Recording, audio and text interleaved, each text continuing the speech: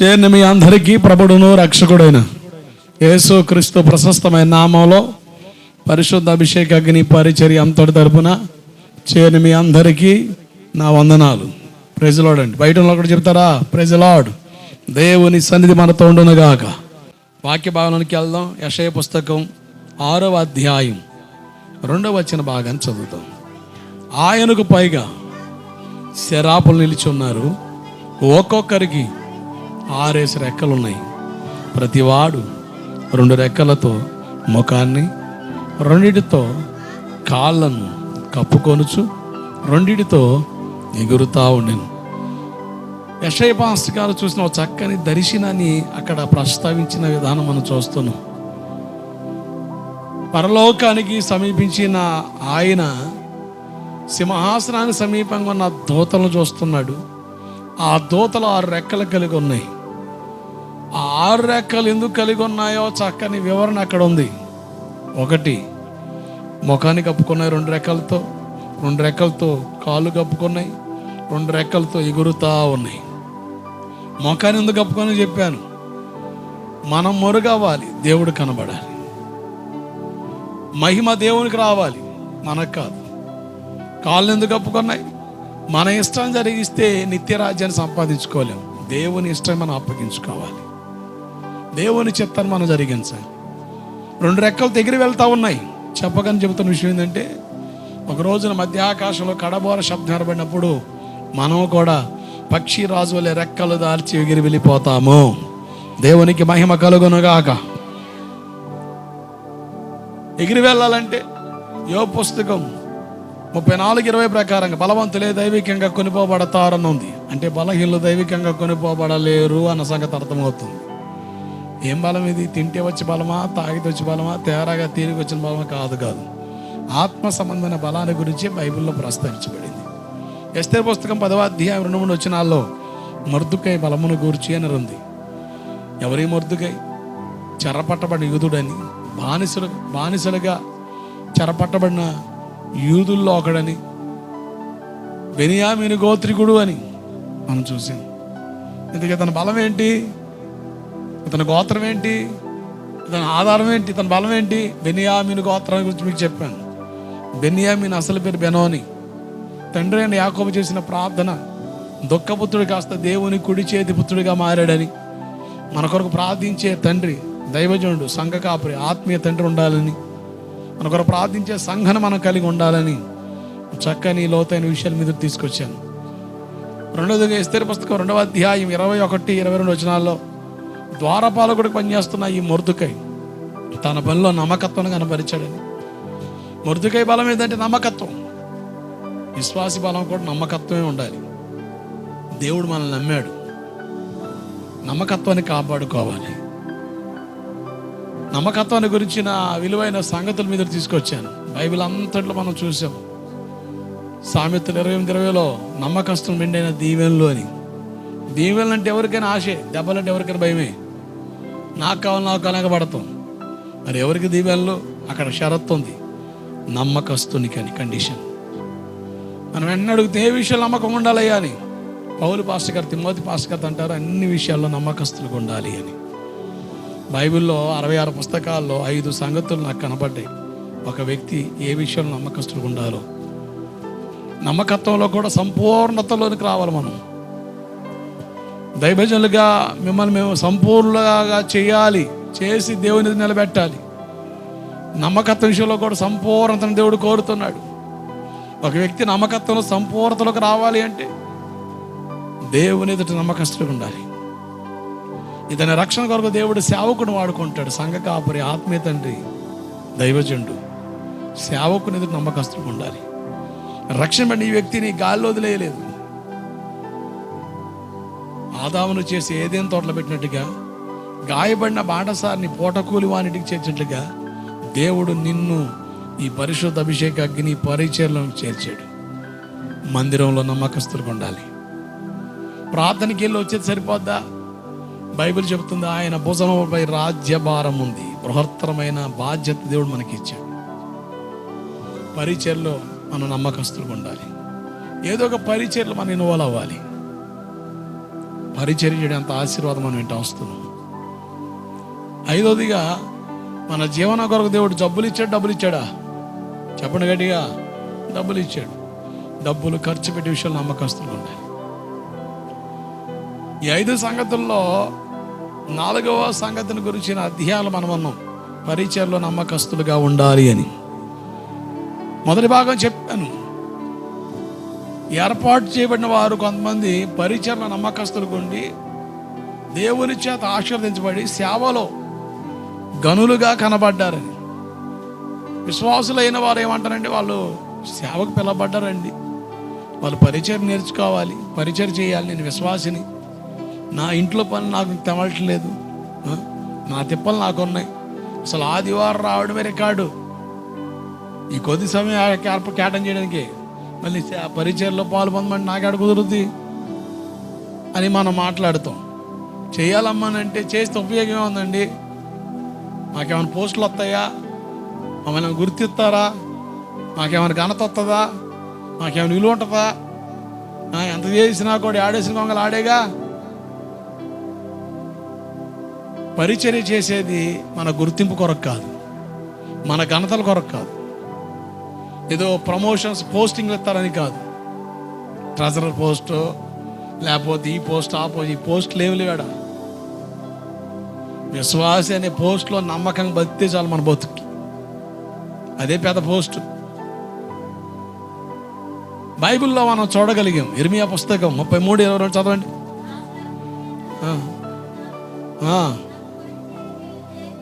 నాకు పరిచర్య చేయ లేవీయులను లెక్కింపలేనంతగా నేను విస్తరింపజేస్తాను. గట్టిగా చప్పలు కొడుతూ స్తోత్రం చెబుతారా? గట్టిగా చప్పలు కొడుతూ స్తోత్రం చెబుదాం. హల్లెలూయా. ఈరోజు చాలామంది పరిచర్య చేస్తే వచ్చే ప్రయోజనం ఏంటంటే, మన జీవితంలో సక్సెస్ కనబడదు, సాటిస్ఫాక్షన్ ఉండదు, ఏదో కొరత కనబడుద్ది. దేవుడిచ్చిన అద్భుతమైన ఛానల్, నువ్వు దీవించబడమే కాదు, నువ్వు చేసే ఆ చిన్నపాటి పరిచర్య దేవుని గుర్తింపులోకి వెళితే నీ తరాలి దేవుడు దీవిస్తాడు. హల్లెలూయా. తరతరాల దీవెన. నువ్వు ఆస్తి సంపాదించు, దాన్ని ఖర్చు పెట్టి తగలబెట్టే వాళ్ళు ఉంటారు. నువ్వు ఇల్లు కట్టు, పాడు చేసే వాళ్ళు ఉంటారు. నువ్వు ఏదైనా వ్యాపారం చేసి వ్యాపారం దాన్ని నష్టాల పాలు చేస్తారు. కానీ దేవుని ఇంట్లో, దేవుని ఎదుట చేసే పరిచర్య అది ఎంతటిది అన్నది ముఖ్యం కాదు. ఎంత అల్పమైందని ఎంచుకుంటామో అంత ఘనత పొందుతామని బైబిల్ చెబుతుంది. దేవుడికి స్తోత్రం కలుగునుగాక. ఎవరన్నా స్టేజ్ మీద పాటలు పాడడానికి ఇష్టపడతారు, వాళ్ళు ప్రజెంట్ చేసుకోవడం కోరుకుంటారు. అదే బాత్రూంల కాడుండి, అరే నీళ్ళు ఆకుండా కాస్త వాటర్ కొట్టరబ్బాయి, జనాలు వస్తున్న ఇబ్బంది పడతారంటే, అబ్బో అసలు ఇంట్లోనే నేను ఆ పనులు చేయను. మరి దారుణం చెప్పే విషయాలు ఉంటాయి. నేను దిగజారి మాట్లాడతలే, సిగ్గుకరమైన ఆలోచనలు అవి. నేనంటాను, అల్పమైనదే దేవుని ఎదుట ఘనతను కోరుకునేది. ఆమేన్. హల్లెలూయా. ఘనతను తెస్తుంది నీకు. కనుక పరిచర్య చేస్తే ఉపయోగం అంటే తరతరాల ఆశీర్వాదం వల్ల కలుగుద్ది అని మనం విన్నాం. దీని గురించిన అద్భుతమైన ప్రత్యక్షత. ఈరోజు పరిచర్య అన్న, మందిరంలో ఏదన్నా పరిచర్య అన్న దాన్ని చాలా చీప్గా ఇచ్చే వాళ్ళు ఉన్నారు. అందుకని మన లైఫ్ స్టైల్ మొత్తం చీప్గానే ఎడుతుంది. ఈరోజు చాలామంది పరిచర్య విలువని ఎరగని వారుగా ఉండిపోయారు. అందుకని లేవి గోత్రం గురించిన ప్రస్తావన మీకు ఇచ్చాను. లేవి గోత్రం శపించబడిన గోత్రంగా కనబడుతుంది. తండ్రి అని యాకోబు అంటాడు, అరే బాబు, మీ కోపాగ్ని బట్టి, మీ కోపను బట్టి, మీరు చేసిన ఆ పౌష్టికతను బట్టి శాపం మీ మీద వెళ్తుందిరా నాయన అని చెప్పేశాడు. దేవుడిచ్చిన అవకాశం వాడుకున్న వాళ్ళ జీవితాల్లో సంఘ కాపురి, ఆత్మీయ నాయకుడు, పాస్టర్ గారు, మోషే గారు అంటున్నాడు ద్వితీయోపదేశకాండంలో, ఊరిమ్ము తుమ్మిమ్ము నీ భక్తునికి కలదు. ఆమేన్. దేవుని చిత్తం తెలుసుకునే భాగ్యాన్ని దేవుడు ఇచ్చాడు. ఆయన సన్నిధిలో పనిచేసే నిత్య కట్టడిగా దేవుడు నిలబెట్టేశాడు. ఏముందో ఇప్పటికి కూడా ఒకవేళ యెరూషలేములో దేవుని మందిరం స్థాపించబడితే అక్కడ యాజకత్వం చేసేది లేవి గోత్రికులే. ఆమేన్. హల్లెలూయా. జనరేషన్ మారొచ్చు, టెక్నాలజీ మారొచ్చు, కానీ దేవుని వాక్యం మార్పు చెందలేదు. దేవుడు చెప్పాడు, నిత్య కట్టడిగా దేవుడు ఇచ్చేశాడు. మనం పరిచయం చేయడం వల్ల మన పిల్లల పిల్లల పిల్లల పిల్లల మీద దీవెన నిలబడుద్ది. మనోనేత్రాలు తరబడిన జనంగా కనబడుతున్నారు వీళ్ళు. రోమా 12:2 ప్రకారంగా మనోనేత్రాలు తరబడిన జనంగా కనబడుతున్నారు. దేవుని చిత్తం తెలుసుకునే వారికి ఉన్నారు. ఈరోజు దేవుని చిత్తం ఎందుకు అర్థం కావట్లేదు? ఎందుకు దేవుని చిత్తాన్ని గ్రహించలేకపోతున్నాం? యెషయా 6:1 ప్రకారంగా రాజు అయిన ఉజ్జియా మృతి పొందిన సంవత్సరం అత్యున్నత సింహాసనపై ప్రభువు ఆసీనుడై ఉండగా నేను చూశాను. ఎవరి ఉజ్జియా? వృత్తాంతాలు 2వ పుస్తకం 26:16. అతడు స్థిరపడిన తర్వాత మనసును గర్వించి చెడిపోయాను అని. గర్వం నీ మనోనేత్రాల గుడ్డితనం కలిగిస్తుంది. నీ మనోనేత్రాలు తెరబడపోతే దేవుని ప్రణాళిక అర్థం కాదు, దేవుని ఉద్దేశం నీకు అర్థం కాదు, దేవుని ఆలోచన నీకు అర్థం కాదు. దేవుని ఆలోచన నీకు అర్థమైతే, దేవుని చిత్తం నీకు అర్థమైతే, నువ్వు పాడే పాట ఎలా ఉంటుందో తెలుసా? నా జీవితం ఎందుకు ఇలా తగలబడింది, నా బతుకు ఇంతేనని చింతపాడు సుంటినయ్యా, నా బతుకు ఇంతేనని చింతపాడు సుంటినయ్యా. చింతకాయలు ఏమి రాలవమ్మా? ఒకవేళ దేవుని చిత్తం నీకు అర్థమైతే నువ్వు పాడే పాట మారుద్ది, నువ్వు ఆలోచించే విధానం మారుద్ది. నీ పాట ఎలా ఉంటుందంటే, నీ ఆజ్ఞ లేనిదే ఏదైనా జరుగునా, నీ కంచె దాటగా శత్రువుకు సాధ్యమా, నీ ఆజ్ఞ లేనిదే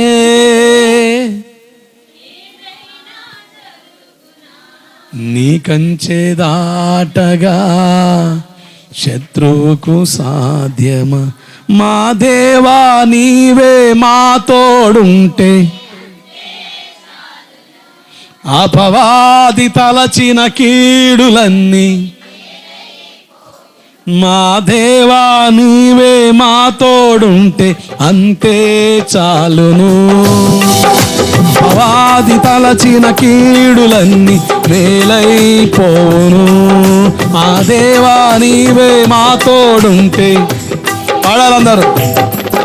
అపవాది తలచిన కీడులన్నీ మేలైపోవును. మైనా చేయగలవు, కథ మొత్తం మార్చగలవు, నీ నామముకే మహిమంతా. మైనా చేయగలవు, కథ మొత్తం మార్చగలవు, నీ నామముకే మహిమంతా తెచ్చుకొందువు. హల్లెలూయా.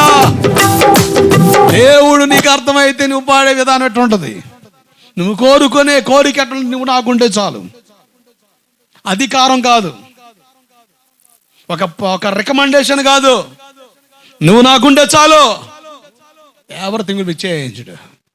ప్రతిదీ మారిపోద్ది. సాతాను తలచిన కీడులన్నీ మేలుగా మారిపోతాయి. నీ మనోన్నతల గుడ్డితనం కలిగింది కనుకనే నాకు దేవుడు ఇంకేం చేయలేదే, నేను సీమ కూడా అన్యాయం చేయలేదు. అబ్బా అంత పుణ్యాత్మురాలువా? అసలు మామూలు పుణ్యాత్మురాలు కాదు, పుణ్యాత్ములు కాదు. అబ్బో మామూలు చెప్పం. అసలు ఎవరికి నేను హాని చేయలేదండి. నీ నోటి మాటలకి ఎంతమంది సంగతి తెచ్చారు. సీమకు కూడా నేను హాని చేయలేదండి. అమ్మా నువ్వేమో ఎవరికి అన్యాయం చేయలేదు, దేవుడు ఎందుకు నీకు అన్యాయం చేస్తున్నాడు? తిక్కల ఆలోచనలు ఇవన్నీ. బ్రతుకున్నావంటే దేవుడు చూపిన కృపే కదా. ఈరోజు దేవుని చిత్తం అర్థం కావట్లే. కారణం ఏంటంటే మనోనేతల గుడ్డితనం కలిగింది. ఈ మనోనేతల గుడ్డితనం కావడానికి కారణంలో ఒకటి గర్వం. గర్వం ప్రమాదకరమైనది వింటున్నాం, చాలా ప్రమాదం. గర్వంగా మనం బ్రతికితే మాత్రం చాలా నష్టపోతాం. నేనైనా నువ్వైనా సంఘాన్ని బట్టి నేను గర్వించకూడదు, నా స్థితిని బట్టి నేను గర్వించకూడదు. నేను ఎంత ఒదుగుతానో, ఎంతగా తగ్గుతానో నా జీవితంలో దేవుడు అంతగా కనపడతాడు. ఆమేన్. అంతేగాని గర్వించాను అనుకోండి, గర్వంగా మాట్లాడిన అనుకోండి, నష్టపోయేది మనమే. కనుక దేని బట్టి మనం గర్వించకూడదు. మనం అంటాం కదా, అన్నీ ఉన్న నాకు ఏమీ లే నాకు ఊడిపడడానికి, ఎందుకు మించిందేముంది. నేను మరలా చెబుతున్నా, దేని బట్టి గర్వించవద్దు. ఈరోజు నీ స్థితి బాగుందని లెక్క లేకుండా ఆలోచించవద్దు. మనం పాడాం కదా, ఏమైనా చేయగలవు, కథ మొత్తం మార్చగలవు. అవును, అణిగి మణిగి ఉన్నోడు కథ మారుతాడు, కాళ్ళు ఎగరేసేవాడు కథ కూడా కంచికి చేరుతాడు. పెద్దలు అంటారు కదా, బళ్ళు వాళ్ళు అవుతే వాళ్ళు నీ కథ కూడా మార్చేస్తాడు. అది నేను చెప్పేది. లెక్క లేకుండా చేసేవనుకో, లెక్క లేకుండా ఉన్నావనుకో, నీ కథ కూడా మార్చేస్తాడు. పెద్ద విశేషమేం కాదు. నేను అనేది ఏంటంటే, మనం చరిత్రలో నిలిచిపోయే భక్తి భావాలు మనం బతకాలి. గోవిందపురం చరిత్రను తొంగి చూస్తే కొన్ని సంవత్సరాల తర్వాత, ఒక దశాబ్దం గడిచిన తర్వాత 2021 సంవత్సరాన్ని కాసుకొని రే ఎవరైనా ఉన్నారా భక్త పొంగోలని ఎతికితే పేరు నీది కనబడాలి, పేరు నాది కనబడాలి, చరిత్రలో మిగిలిపోవాలి, చరిత్ర మాట్లాడాలి సార్. అటువంటి అనుభవాల్లో మనం నిలిచిపోవడం వల్ల మన దేవుడు కనపరచబడతాడు. ఆమేన్. జాగ్రత్తగా మనసు పెట్టండి. గర్వాన్ని గురించిన ప్రమాదకరమైన హెచ్చరికల మీద తీసుకొస్తూ 5 జాతులు వారు గర్వించారని. మోయాబీల గర్వం ఎంత ప్రమాదంతో ఒడిగట్టిందో చూపించాను. నిర్గమాకాండం 18:11 ప్రకారంగా ఐగుప్తీయుల గర్వం, వాళ్ళ విధానాలు ఎట్ట మారిపోయినాయో దేన్ని బట్టి వాళ్ళు గర్వించారు. నెంబర్ 1, వాళ్ళ దేశాన్ని బట్టి వాళ్ళు గర్వించారు. సుందరమైన ప్రాంతం, కంటికి రమ్యంగా కనబడే ప్రాంతం, నేత్రానందంగాలికి ఎంజాయ్మెంట్ ఇచ్చే ఒక ప్లేస్గా మారిపోయింది. అల్పకాల పాప భోగం అక్కడ కనబడుతుందని హెబ్రీ 11:26 మనం చూసాం. కానీ ఒక భక్తుని గురించిన ప్రస్తావన మనం చూసామాట. మోషే గారు ఐగుప్తులో అల్పకాల సుఖ భోగాలను విడిచి యేసయ్య కొరకు సాగాడు. ఆమేన్. మనం కూడా అలా సాగాలి. అది దేవుని యొక్క ఆలోచన, అది దేవుని యొక్క ఉద్దేశం. కానీ ఈరోజు చాలా మంది పాపం అనే బంధకంలో చిక్కబడ్డారు. ఐగుప్తు ఎంత ప్రమాదకరమైందో, ఐగుప్తులో ఏముందో మీతో మాట్లాడిన గడిచిన వారం. పాపం వలన కలిగే నష్టం ఏంటంటే అవమానం, తీరని రోగాలు, పోగొట్ట జాలని రోగాలు, సుఖ వ్యాధులు అంటారు డాక్టర్స్. సుఖ వ్యాధులు, పోగొట్టని రోగాలు, పోగొట్ట జాలని రోగాలు, వైద్య శాస్త్రానికి అందని రోగాలు, మైక్రో హెడేక్స్, మైక్రో డిసీజెస్, లేకపోతే పితర పారంపర్య పద్ధతులు వచ్చే రోగాలు. ఒక రోగం వచ్చింది అనుకోండి, క్యాన్సర్ వచ్చిందనుకో, మీ వాళ్ళకి ఎవరికి ఉందా ఇట్లా అడుగుతారు. అంటే జనరిక్ డిసీజెస్ అనొచ్చు. అంటే తరాలుగా, అంటే ఒక మహానుభావుడు చేసిన పనికిమాల వ్యవహారానికి వాడితోనే పోలే ఆ రోగం. వాడు అంటించుకున్నాడు, ఆ అంటుకున్న రోగం పిల్లల్ని ఏలుతానే వస్తుంది. జనరిక్ డిసీజెస్ అంటారు వాటిని. అసలు రోగాలకు రావడానికి కారణాలు ఏంటి? 4 కారణాలు కనబడ్డాయని చెప్పాను. 1, దెయ్యాల వలన రోగాలు కలుగుతున్నాయి. అందుకనే ప్రార్థన చేయగానే ఇన్స్టెంట్ మిరాకిల్స్ జరుగుతున్నాయి. దేవుడికి స్తోత్రం కలుగునగాక. నేను ఒక ఊరిలో దేవుని వాక్యం ప్రకటిస్తున్నాను. ఆ ఊరిలోనికి ఒక నాయనగారు వచ్చారు వాళ్ళ చుట్టాల కాడికి. ఆ కోటరకు హాజరయ్యాడు. ఆ రాత్రి ప్రభు చేసిన మేలుని బట్టి చాలామంది ప్రార్థనల తర్వాత చెబుతున్నారు, పాస్టర్ గారు ఒక అతని వేలు వంకరగా ఉంది. భలే ఆశ్చర్యం, నేనే ఆశ్చర్యపోయా. డాక్టర్స్ అన్నారు పని చేస్తున్నప్పుడు ఏదో కట్ అయింది, అది వంకర పోయింది. డాక్టర్స్ అన్నారు ఇంకా అది సెట్ అవ్వదన్నారు. కానీ ఆశ్చర్యం ఏంటంటే ఆ రోజు రాత్రి ఆ వ్యక్తిని దేవుడు తాకితే వంకర ఉన్న వేలు స్ట్రేట్ అయిపోయింది. దేవుడికి స్తోత్రం కలుగునుగాక. నేను తాకానా, దేవుడు తాకాడా? దేవుడు ఇచ్చాడా, నేను ఇచ్చానా? దేవుడు ఇచ్చాడు. ఆ సాక్షులు నా వ్యక్తి ప్రొద్దున నాకాడికి వచ్చాయా, 2 సంవత్సరాల నుంచి మా ఆవిడ పెరలిస్ట్రోక్తో బాధపడుతుంది. పక్షవాతం వచ్చింది, మూతి వంకరపోయింది, కాళ్ళు చేతులు వంకరపోయింది. అవి నడవాలంటే నడవాలి, ఇట్ట నడవాలి, ఇట్ట. సరే తీసుకురండి ప్రార్థన చేస్తానని చెప్పా. ఆటో వేసుకొని పోయాడు. మధ్యాహ్నం కలిసి తెచ్చాడు, ప్రేరాలు తెమ్మంటే తెచ్చిండు. నేనేదో అక్కడ వేరే లెవెల్ యాక్షన్ ఏం చేయలే. ఓవర్ యాక్షన్ చేయడం మా కాడ ఏం లేదని నాకు సంగతి తెలుసు. నాకు అందుకని ఇట్లా ఉన్నా. దేవుడికి స్తోత్రం కలుగును గాక. ఏ యాక్షన్ చేయడానికి అంత ఏం లేదు మా కాడ. ఆయన చేయాలి యాక్షన్ ఏదైనా ఉంటే. నువ్వేం చేసినా ఓవర్ యాక్షన్ అవుతుంది. ప్రేయర్ చేసి ప్రేయరాలు రాసిమని చెప్పా.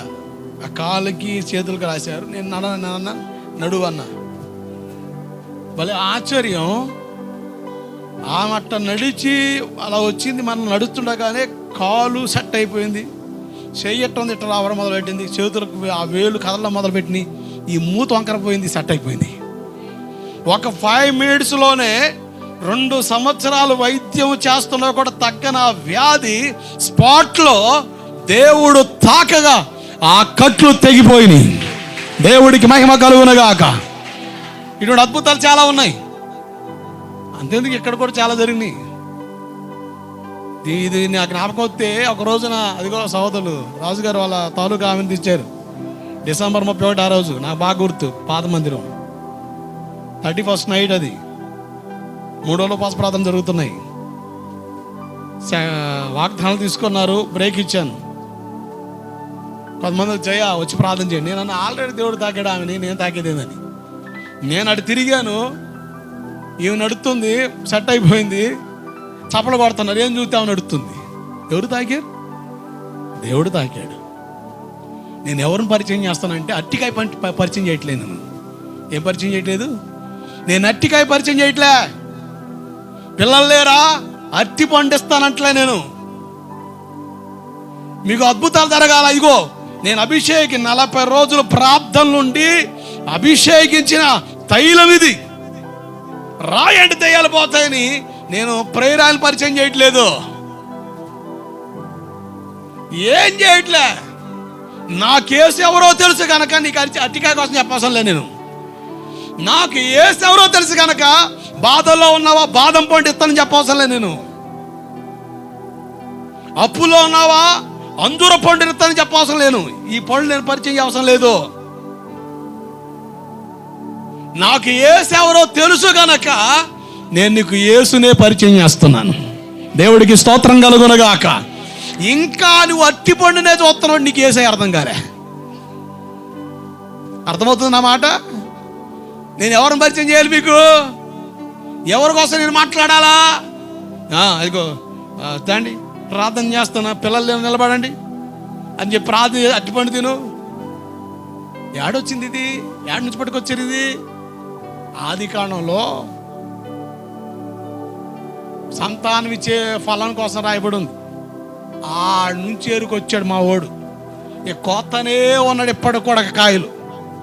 ఎప్పుడు పాత నిబంధనలో నాటబడిన చెట్టుని ఇంకా కోస్తానే ఉన్నాడు. వద్దురా బాబు, యేసే వచ్చేసాడు, శిలువలో రక్తం పెట్టాడు, తిరిగి లేచాడు రా నాయన. ఎవరిని పరిచయం చేయాలి ఇప్పుడు? ఎవరు పరిచయం చేయాలా? ఒక ఆమెమో ఎర్ర దారం కడుతుంది అటు దెయ్యాలు పడిన వాళ్ళకి. ఏమైంది? ఎర్ర దారం. అరే ఏడు నుంచి పట్టుకొచ్చిందా అని నేను ఆలోచిస్తుంటే నాకు రాహాబు గుర్తుకొచ్చింది. మా అక్కయ్య పాత నిబంధనలో ఆమె వేగుల వారిని దాచి మీ దేవుడి గురించి మేమన్నప్పుడు మా గుండెలో ఏమంటుంది ఆ మాట? చదవండి. యెహోషువ పుస్తకంలో ఉందా మాట? ఎందుకు తేలగుడ్లే చూస్తారు? నేను స్వాతిలో లేకపోతే మ్యాగజైన్లో ఉన్న విషయాలు చెప్పట్లే. బైబిల్ నీ చేతిలో ఉన్న బైబిల్ నా చేతిలో ఉంది. ఎక్కడ ఉన్న విషయాలు నీ దాంట్లో కూడా ఉన్నాయి. 2వ అధ్యాయం 11వ వచనం. మేము విన్నప్పుడు మా గుండెలు కరిగిపోయాయి. మీ దేవుడే యెహోవా, పైన ఆకాశమందును క్రింద భూమి అందును దేవుడే. మీ ఎదుట ఎట్టి మనుషులకైనా ధైర్యం ఏమాత్రము ఉండదు. ఆమె చెబుతుంది, మీ దేవుడికి వస్తున్నప్పుడు మా గుండెలు కరిగాయి. అసలు నీకు దేవుని కోసం విన్నప్పుడు అసలు గుండెలు కరగట్లేదుగా, కఠినమైపోతుంది నీ గుండె. అన్నంత రివర్స్, గుండెలు కరిగాయి. ఆ రోజు రాత్రి వేగుల వారు దాచిపెడితే వాళ్ళు ఎర్ర తొగర దారం కడతారు. ఆ ఎర్ర తొగర దారాన్ని ఆధారం చేసుకుని ఆ ఇంటిని నాశనం చేయకుండా మిగతా వాటిని మొత్తం నాశనం చేస్తారు. ఆ ఇంట్లో వాళ్ళందరూ కూడా సేఫ్ జోన్లో తీసుకెళ్తారు. ఆడ కట్టిన ఎర్ర తొగర దారాన్ని పొద్దు ఇప్పుడు దా పీకుతాను నొకవడం, లాగుతూనే ఉండు. యేసు ప్రభు వచ్చేసాడు రా నాయన. ఆయన శిలువలో రక్తం కార్చాడు, ప్రాణం పెట్టాడు, తిరిగి లేచాడు. ఇప్పుడు నేను ఎవరు పరిచయం చేయాలా? యేసును పరిచయం చేయాలి. ఈరోజు ఇవన్నీ మేము ఎందుకు చేస్తున్నాం? కారణం ఒకటే.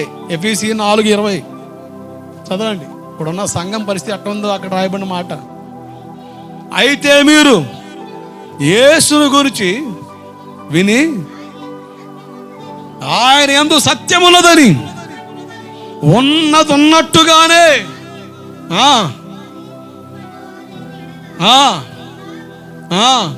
క్రీస్తును గురించి నేర్చుకున్నవారు కారు. అది బాధ. నేనేదో కొత్త బాధ చేయట్లేదు, వాస్తవాన్ని ఎదురు తీసుకొని వస్తున్నాను. నిజంగా దేవుని స్తుతిస్తున్నానండి. దేవుడు నన్ను కనికరించాడు. ఆ ఫోకస్ మినిస్ట్రీలో ఉండిపోతే నేను ఫోకస్ అయ్యేవాడిని, ఆయన ఫోకస్ తగ్గేది. నేను చూసే ఫోకస్ మినిస్ట్రీలో ఉన్నప్పుడు అద్భుతాలు, స్వస్థతలు ఎప్పుడు కూడా దేవుడు చేస్తాడు. నేనేం ప్రయత్నం చేస్తున్నాను అంటే దేవుని వాక్యాన్ని హృదయంలో చేర్చుకో. నీలో ఉన్న ప్రతి సమస్య తొలగిపోద్ది. ఆయన వాక్కును పంపి రోగులు బాగు చేశాడు. ఆయన వాక్కు వేళ్లతో వెలుగు కలిగింది. వాక్యం నేర్చుకోవట్లేదు సార్. ఆ రోజు నేను చూసి ఆ స్థిరత్వం లేదు సంఘంలో. ఈరోజు నేను చెప్పగలను, దేవుడు మనం స్థిరపరుస్తున్నాడు. స్థిరపరుస్తున్నాడు మిమ్మల్ని. మీరు లోతుగా వేరు తన్ని ఫలించే స్థితిలోనికి రావాలి. నా తండ్రి చేత నాటబడిన మొక్కవలే ఎవరు పెక్కిలింపనంతగా నీ అంత నువ్వు పీక్కోలేనంతగా దేవుడు నాటునుగాక. ఆమెన్, హల్లెలూయా. సైతాను కాదు, నీ మటుకు నువ్వు పీక్కోలేనంత దేవుడు నాటాలి. అది నా ప్రార్థన. అట్లా లోతుగా మీరు నాటబడితే వచ్చే ఫలితం ఏంటంటే మీరు ఫలిస్తారు. ఇంకా లోతుగా వేరుతంటే సారవంతంగా మారితే బహుగా ఫలిస్తారు. యోహాను సువార్త 15వ అధ్యాయం మీ జీవితంలో నెరవేర్పులోనికి వస్తుంది. పనికిరాని తీగలు కత్తిరించబడిపోతాయి. ఫలవంతంగా మారడం ప్రారంభిస్తాం. కానీ మనసు పెట్టండి దేవుని వాక్యం మీద. నేను కోరుకున్నది అది. నేను కొత్తలో ప్రార్థన చేసి ఏదైనా ప్రార్థన చెప్తుంటే నేనేం చెప్తాను, నేనేం వాక్యం వినేవాళ్ళు కాదు. 2-3 సంవత్సరాలు నేను మొత్తుకున్నా. అరాకొర సాక్షులను మొదలుపెట్టా. దేవుడు వాక్యం ద్వారా మాట్లాడుతున్నాడు అన్నా అని. దేవుడు వాక్యం ద్వారా మాట్లాడతాడు. వాక్యమే ప్రవచనం. It's the prophecy for you. నువ్వు వ్యాధుల్లో ఉన్నావు, బాధల్లో ఉన్నావు, ఇబ్బందుల్లో ఉన్నావు, రకరకాల ప్రయత్నం చేస్తున్నావు. మాంత్రికులను ఆశ్రయిస్తే విరుగుడు వస్తుందేమని. విరుగుడు కాదు కదా, సాతాను గడు విరజిమ్ముతున్నాడు.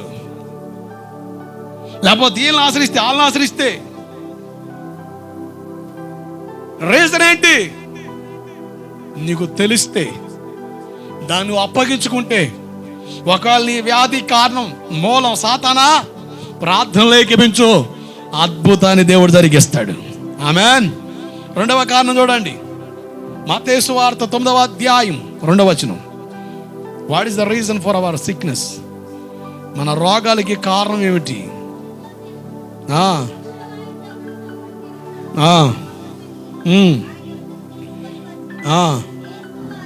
యేసు వారి విశ్వాసము చూసి, కుమారుడా ధైర్యముగా ఉండు.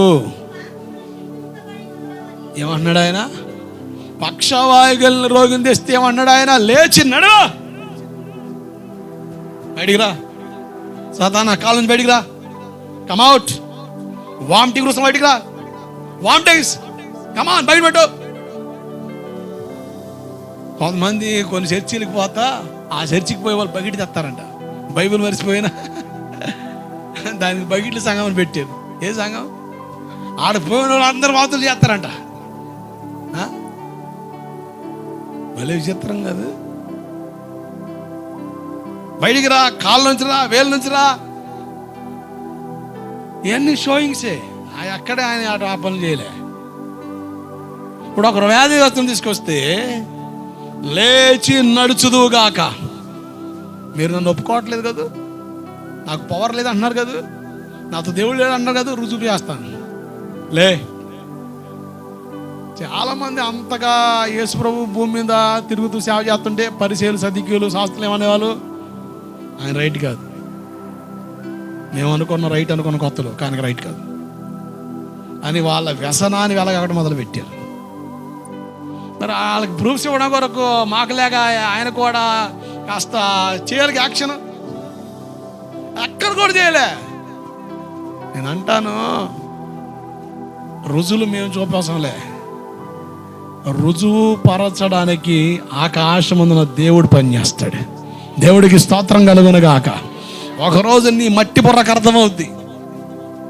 దాని కొరకు మేము ఏ ప్రయత్నాలు చేయాల్సిన అవసరమే లేదు. జాగ్రత్తనండి. ఇక్కడ విషయం ఏంటంటే, ఆ వ్యక్తి ఆ మంచాన పడ్డానికి, అలా పక్షవాయు రోగిలాగా అలా పడిపోవడం కారణం ఏంటంటే పాపం. ప్రభు అన్నాడు, నీ పాపాలు క్షమించబడ్డాయి, లేచి. అంటే మనం చేసే పొరపాట్లు బట్టి కూడా మనకి ఏమొస్తాయి? చెప్పాలి, రోగాలు వస్తాయి, వ్యాధులు వస్తాయి. 6వ వచన భాగం కూడా చదవండి. అదే మత్తయి సువార్త 9వ అధ్యాయం 6, 7, 8, 9 వచనాలా.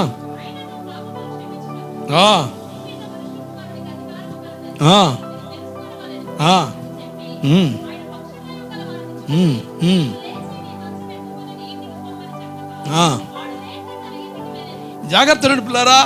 ప్రభు అన్నాడు, స్వస్థత ప్రార్థన అక్కడ ఏం చేయాలి? నీ పాపాలు క్షమించబడ్డాయి, కనుక లేచి నిడిపోమన్నాడు.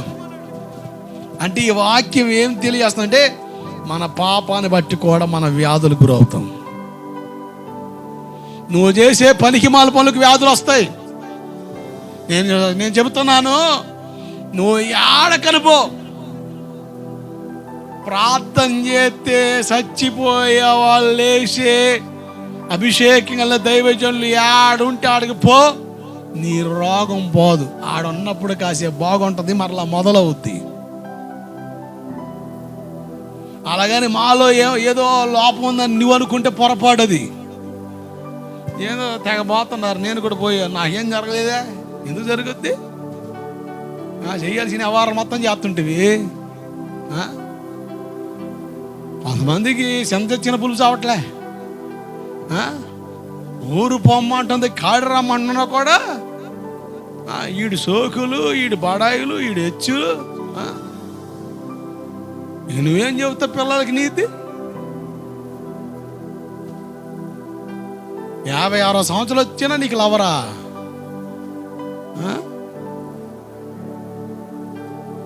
వాళ్ళు ఏం చెప్పాలి నీకు? నువ్వు రాగానే రోగాలు పోవాలి, రోగాలు పోతే మళ్ళా వ్యవహారాలు మొదలు పెడతావు.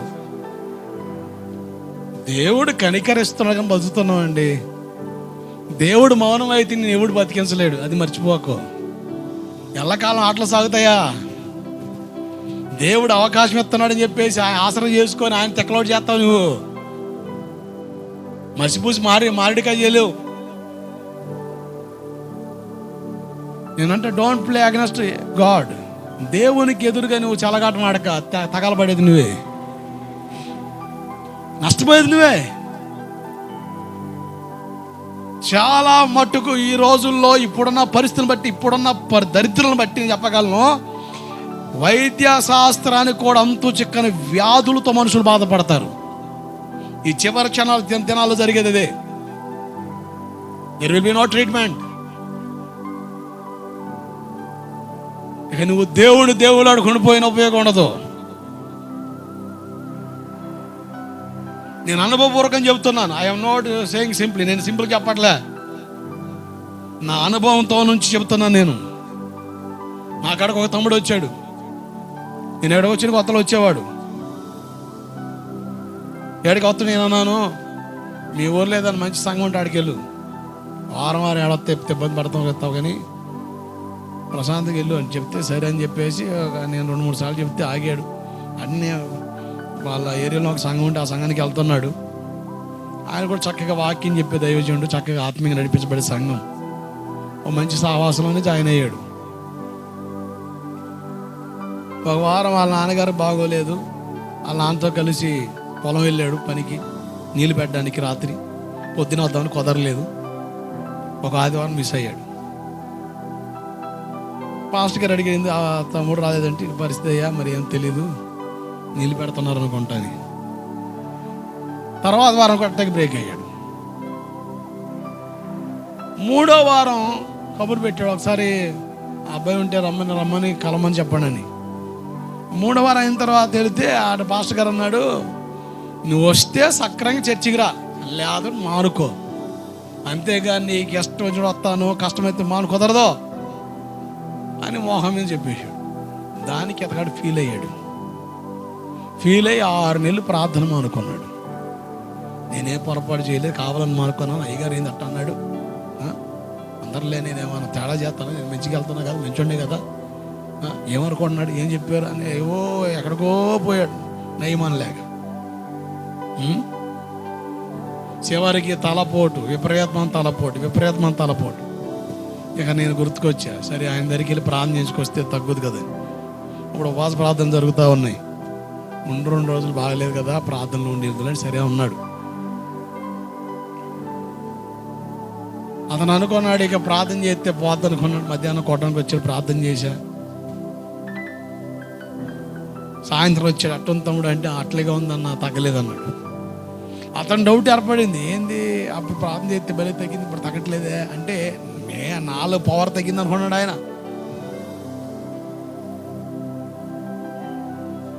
ఇక తర్వాత సాయంత్రం కూడా ప్రార్థన చేశాను. తర్వాత రోజు కూడా అలాగే ఉంది అని చెప్పాడు మధ్యాహ్నం. ఇక నేను మధ్యాహ్నం ప్రార్థన అయిన తర్వాత అడిగా, ప్రార్థన తీసుకున్నామంటే తీసుకున్నాను అన్నాడు. మరి వారం పోతున్నాను అన్నాడు. నేను గుచ్చి అడిగితే అప్పుడు చెప్పాడు, మీకు చెప్పడం ఏంది, 6 నెలల నుంచి ప్రార్థన మానుకున్నాను, ఇటు జరిగిందని. దైవజుడు నీ మేలు కొరకే చెప్పింది. ఒక్కని అవిధేయత అనేకులు ఏం చేస్తుంది చెప్పండి. నేను ఒక్కడినే మానుకున్నా నువ్వు అనుకుంటావు, కానీ దాని ప్రభావం 10 మంది మీద పడుద్ది. ఒకని విధేయత అనేకుల్ని నీతిమంతులకు మార్చేస్తుంది. 2 కొరింథీ పత్రిక 10వ అధ్యాయం 6వ వచనంలో సంపూర్ణ విధేయత కనపరిచినప్పుడు మీలో ఉన్న అవిధేయతకు ప్రతిదండన మేము చేస్తాం.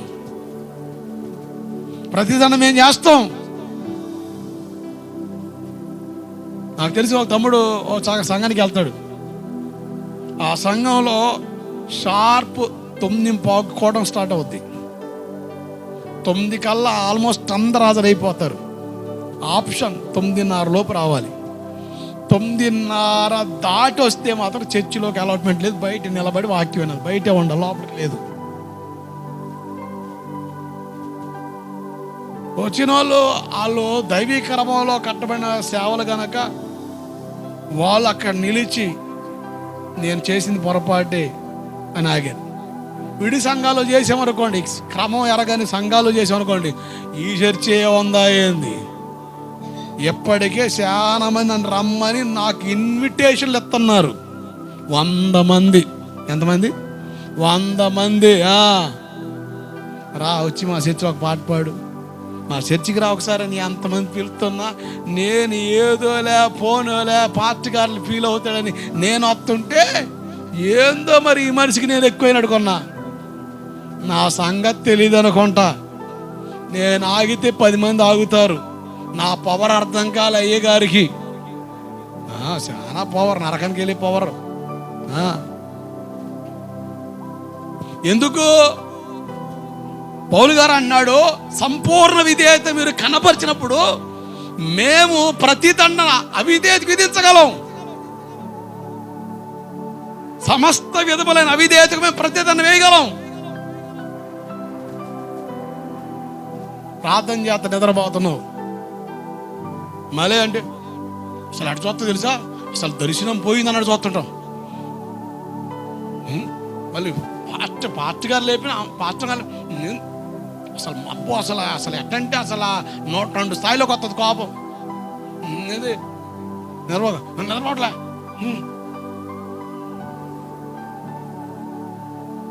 నిదంపదే అదే నిలబడి ప్రార్థన చేయంటే నిలబడి ప్రార్థన చేయాలా? ఏంది ప్రార్థన చేసేది? నేను రావడమే గొప్ప, బైబిల్ ముడుచుకొని పోతావు. ఏమి ఇదేదో ఉంది చెప్పు, ఏమిలో పడుతున్నావు దేవుడికి, ఏమి నేర్చుకుంటున్నావు భక్తి?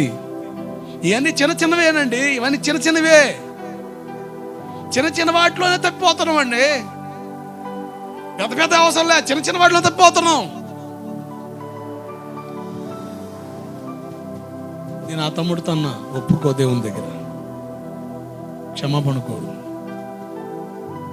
దైవజనులు ఏ చెప్పినా మేలు కొరకే, దానికి అప్పగించుకొని బ్రతుకు.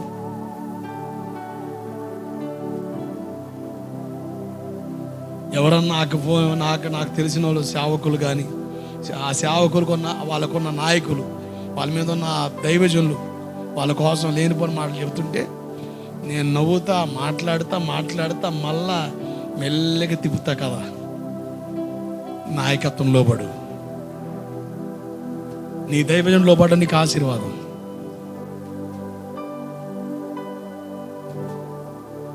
ఓ పాస్టర్ గారు భారీ సభ ఏర్పాటు చేశాడు ఈ దరిదాపుల్లోనే. ఆ సేవకునికి అప్పగించిన ఆ దైవజనుడిని పిలిచాడు రాత్రి లాస్ట్ రోజు. 9 గంటలకల్లా వాక్యానికి ఇస్తానంటే ఆయన 9 గంటలకి వచ్చేసాడు. డైరెక్ట్ గ్రౌండ్లోకి వస్తే 1 గంట సేపు కూర్చోబెట్టాడు ఆయన్ని. ఆయన అర్ధ గంట కంటే ఎక్కువ చెప్పలే వాక్యం. నేను లైవ్లో చూశాను. ఆ రోజు మనకు ప్రార్థన కుదరలేదు.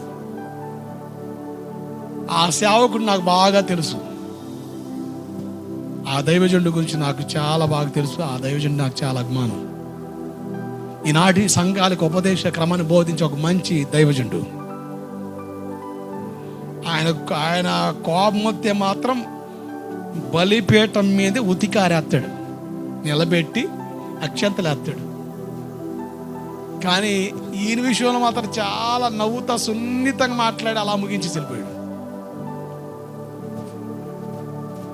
వెంటనే ఏంది ఇప్పుడు అయిపోయింది కోటం, ఏంది ఆయన అట్టపోతున్నాడు. కొంతమంది ఫోన్ చేసి ఏందయ్యా వచ్చిన ఆయన కోపడి వెళ్ళిపోయాడంట. చెప్పాం కదయ్యా నీకు అని రకరకాలు చెబితే ఇక ఈయన నూరుకున్నాడు.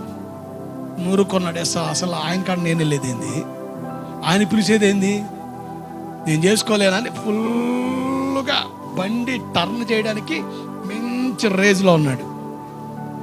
నేను ఆ రోజు సాయంత్రం ఫోన్ చేశా,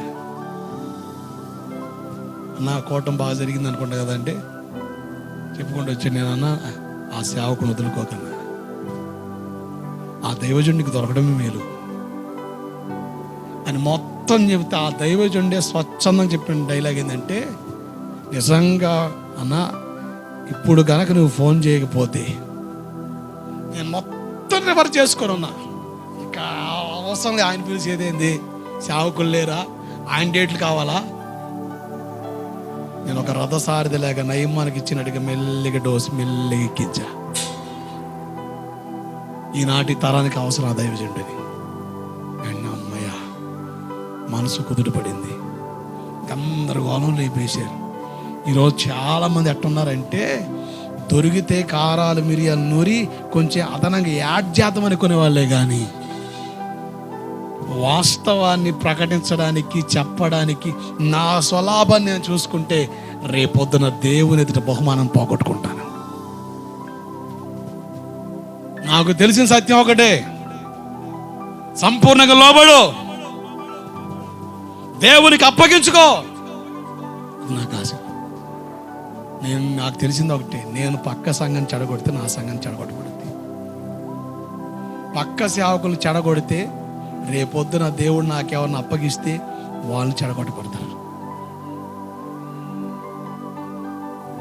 దైవిక క్రమానికి అప్పగించుకొని నడవడం వలన ఈ భూమి మీద కొద్దిపాటి సేవ వచ్చు, కానీ అది ఎత్తబడే జాబితాలో చేర్చబడితే అదే గొప్ప సంఘంగా కనబడుతుంది. దేవుడికి స్తోత్రం కలుగునగాక. హల్లెలూయా. ఏదో వేలల్లో వందల్లో అదే సేవ అనుకొని ముమ్మరంగా ఆలోచించే నాకు ఓ చక్కని ఆలోచన దేవుడు ఇచ్చాడు. ఫినే 6 లక్షల కార్బలంకి వెళ్ళిన మోషే పాస్టర్ గారి సంఘంలో పరలోకానికి వచ్చింది ఇద్దరే.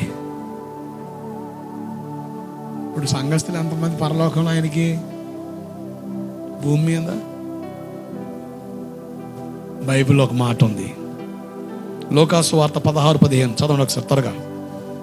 లోకాసు వార్త 16:15 వచ్చిన.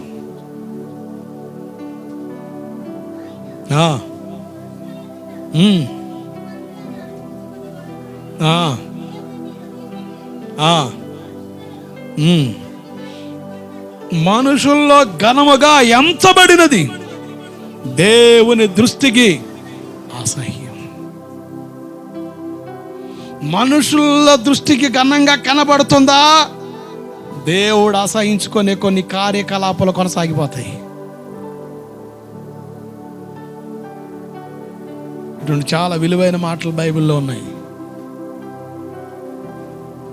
ఈరోజు నీ పాపమే నీకు రోగాన్ని కలిగిస్తుంది. కీర్తనకాడు కూడా ప్రార్థన చేస్తాడు. చూడండి 39వ కీర్తన 10-11. 39వ కీర్తన.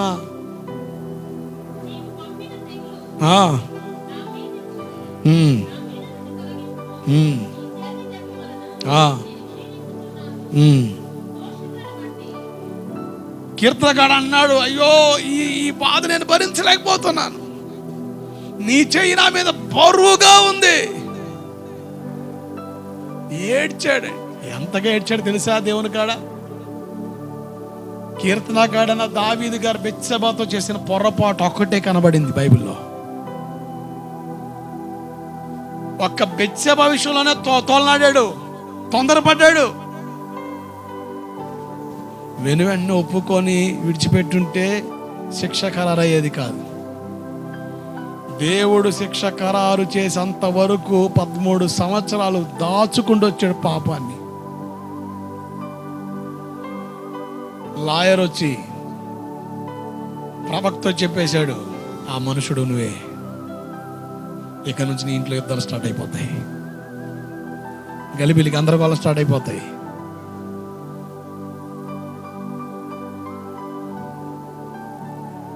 పాపాన్ని బట్టి బెత్షెబా గర్భాన్ని దాల్చింది. పుట్టిన బిడ్డ కొరకు 7 దినాలు ఉపవాసపడి ప్రార్థన చేశాడు దావీదు గారు. బతికాడు పిల్లాడు? బతికాడా? మనం ఏఆర్ లెవెల్లో టెక్ కొడతాం. 7 రోజులు ప్రార్థన చేసిన దేవుడు ఏం చేయలేదని. మరి నువ్వు చేసిన పనికి మన పని ఏంది? నాతాను ప్రవక్త ద్వారా హెచ్చరించగానే, ఆ మనుషుడు నువ్వే అనగానే వెంటనే సరెండర్ అయిపోయాడు.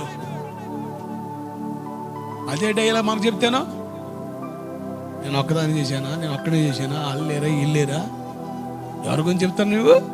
ఎవరున్నారు నీతిమంతులు? మంచిలు ఎవరున్నారు?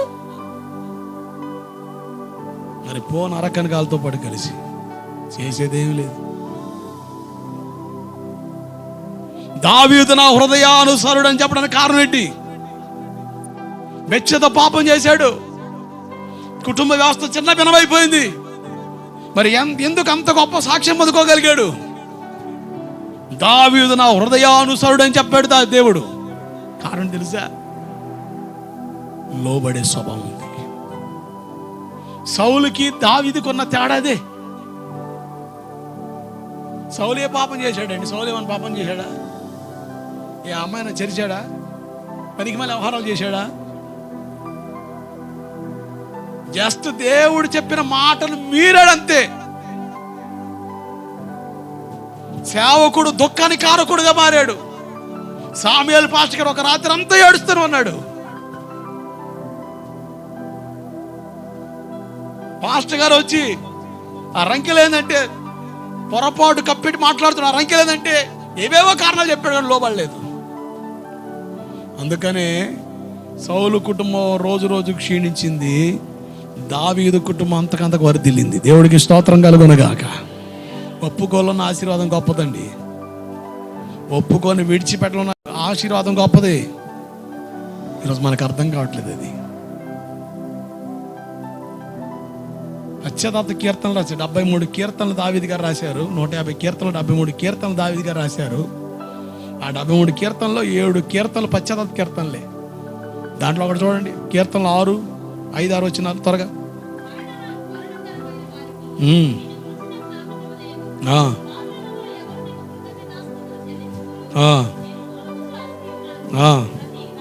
ప్రతి రాత్రి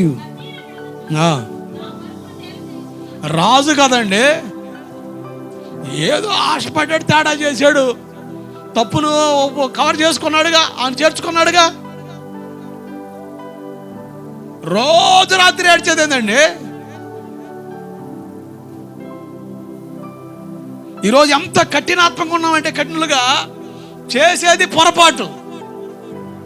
దేవుని కాడికి వచ్చి ఒప్పుకోలు చేయడానికి ఎంత ఇబ్బందో. దేవుని సేవకుడి ద్వారా మాట్లాడుతుంటే పాస్టర్ గారికి ఎవరు చెప్పాడో, లేకపోతే ఆయన గారు తెలుస్తుంది. మరి నీ సంగతి మొత్తం ఎవరు ఒకళ్ళ చెప్పాలి. మరి గోడాసార్లు పెట్టుకుని బతుకుతున్నాలే. దేవుడు తెలీదా? దేవుడు మాట్లాడ్డా? ఎంత బుద్ధిహీనమైన ఆలోచన అండి. ఎవరు చెప్పారో ఎవరు చెప్పాలి? దేవుడు చెప్పడా? నిజంగా దేవుడే మాట్లాడుతున్నాడు నీతో. నువ్వు తృణీకరించి వేరే కోణంలో వెళ్ళావు. నువ్వు సౌలు ఆత్మ కలిగిన వ్యక్తివి. నాశనానికే. దేవుని వాక్యం స్పష్టంగా ఒక మాట ఉందండి, అది మేము చేయలేకపోతున్నాం. నిజంగా ఆ విషయంలో దేవుడు అడిగితే నేను మాత్రం బలహీనుని. ఆ విషయంలో ఎక్కడితే మాత్రం నేను సమాధానం చెప్పలేను. కారణం నువ్వే. ఇలా వాక్యం చెబితేనే కొంతమందికి మొఖాలు మాడిపోతాయి. ఇక డైరెక్ట్ చెబితేనో ఆ చర్చికి నేను వచ్చేది ఏంది, ఓహో ఇంకోసారి అడక్క.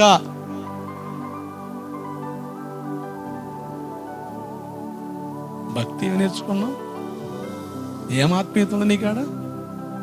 పోజులు కొట్టే బిళ్ళ భక్త, పడాయి కోరి మాటలు చెప్పే భక్తి పోగళ్ళు ఎవరికి కావాలి? దేవుడు మెచ్చేదేనా? దేవుడు ఒప్పుకుంటాడు దాన్ని? తిమోతి మొదటి పత్రిక 5వ అధ్యాయం 20 వచ్చింది చదవండి. ఇతరుల భయపడి నిమిత్తం ఏం గదిస్తున్నాం అండి? అసలు పాపం గురించి మాట్లాడిపోతాత్మ ఈ ప్రసంగమేనా? మరి ఏ ప్రసంగం కావాలి నీకు? ఏ ప్రసంగం కావాలి చెప్పు? ఏ ప్రసంగం కావాలి? నీ గిన్నె నిండి పొంగి పొర్లొద్ది, నువ్వు దొర్లి దొర్లి బొవ్వ తిందువుగాక, తిన్నదంతా అరిగి టయానికి బాత్రూమ్ పోదువుగాక అని ఈ పాదనలు కావాలా నీకు? ఏ వాక్యం కావాలి? ఎంత మించిన వాక్యం లేదంటే మరి ఆయన కనబడతలే. నీ మొహం చూస్తే మాట్లాడే ప్రసంగం అదే అవుతుంది. దిద్దుబాటేది. ఇతరులకు భయపడి నిమిత్తం, ఇతరుల భయం కలిగిన నిమిత్తం మనుషులు అందరి ఎదుట వాళ్ళు గద్దించమని ఉంది. ఎక్కడ గద్దిస్తున్నామండి మేము? ఒక సంఘాలు ఎట్లా వేలు చెప్పి చూపిస్తే అదిగో నా వైపే చూపించాడు అయ్యగారు. ఒకవేళ వాక్యం చెబుతా అటే చూసి మాట్లాడు, అదిగో నన్నే చూసి మాట్లాడాడు, అందరు నన్నే అనుకుంటున్నారు.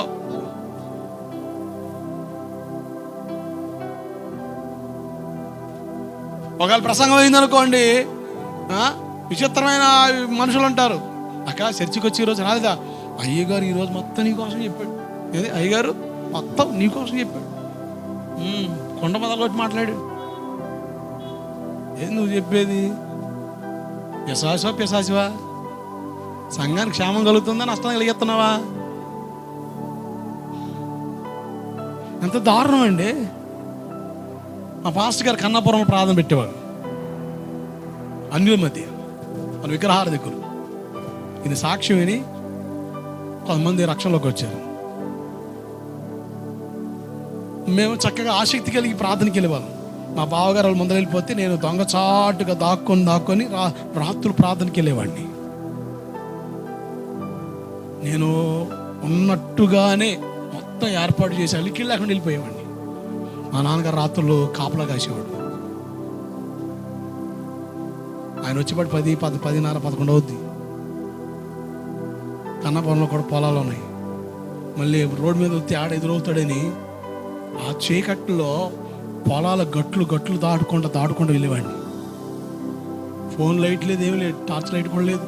చీకట్లోనే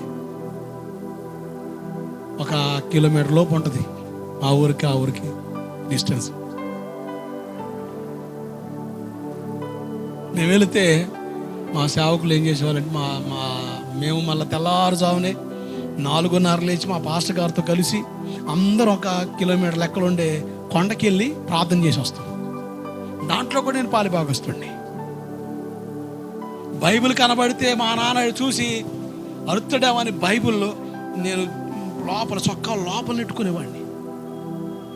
ఒకవేళ ఆమెతో కలిసి వస్తే పొద్దున పూట ఆడ కనబడితే అరుత్తడేమని వాళ్ళు రోడ్డు గుండా వస్తుంటే నేను పొలాల మీద వస్తుండేవాడిని.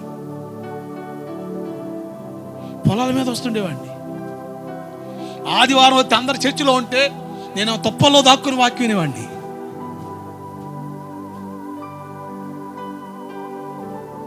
ఈ బలహీను కూడా దేవుడు బలపరిచాడు. దేవుని ఆత్మతో నన్ను నింపాడు. ఒకరోజు ఆరాధన జరుగుతుంది ఆదివారం సాయంత్రం. వారం కొత్త వాళ్ళు వస్తున్నారు. కాస్త 2-3 అట్లా వస్తున్నారు ప్రార్థనలకి. ఒక ఆమె వచ్చింది.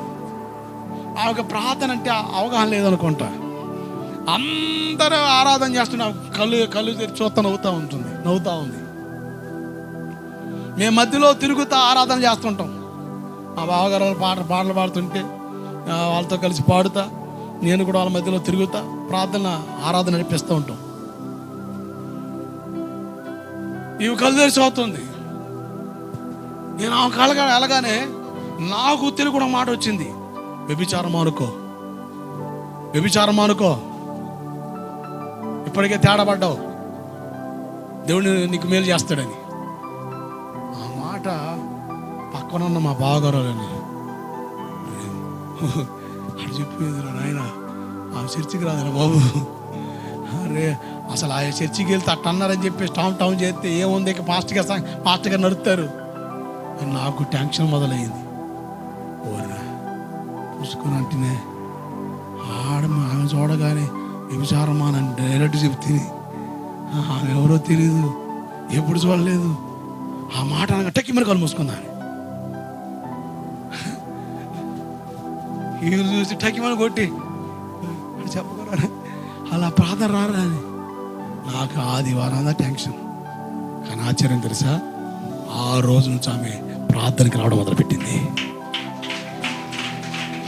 నేను చచ్చేదాకా ఆ విషయాన్ని మర్చిపోలేను. దేవుడికి స్తోత్రం కలుగునగాక. నా కళ్ళు చూశాయి, నా చెవులు విన్నాయి, నేను స్పష్టంగా ఆ దృశ్యాన్ని చూశాను. ఎప్పటికీ మర్చిపోలేదు. నేను ప్రారంభ విశ్వాస జీవితంలో జరిగిన సంఘటనలో నాకు విలువైన ఘట్టాల్లో గుర్తుండే స్వీట్ మెమరీస్లో ఇది ఒకటి అంతే. ఆ ప్రార్థన రావడం మొదలుపెట్టింది. ఈరోజు వాక్యం ద్వారా గద్దించబడితే నువ్వు దేవుని కప్పగించుకొని వస్తావా, లేకపోతే ఇస్కరేతు యొద్ద యేసుప్రభువుని అప్పగించిన సేవకుడు లోకానికి అప్పగిస్తావా? అంతకాలితే పాత్రను అప్పగిస్తావు, సంఘాన్ని సేవని లోకానికి అప్పగిస్తావు. ఏం సేవది, ఏం పాత్ర, ఏం వాక్యం కావాలి నీకు? మళ్ళీ ఆశ్చర్యం, ఆ రోజు వచ్చింది ఆమె. నేను ఆమె ఎవరో తెలియదు, స్పష్టంగా చెప్పేశా. తర్వాత ఆ ఏరియా సోదరుడు చెప్పాడు, అట్టగా ఉంటుంది, చాలా మంది వ్యవహారాలు చేస్తుంది ఆ మనిషి. నాకు మా ఉన్న 4 కొంపలు పెద్ద తలకే పోటీ అయింది ఆ మనిషి అని. మనం ఎట్టమని తెలుసా, సో కాల్డ్ క్రిస్టియన్స్ కదా, సో కాల్డ్ క్రిస్టియన్స్ కదా. అమ్మో చర్చికి వెళ్తే లేని పోనుకోవడం ఎందుకు వచ్చింది బాధలే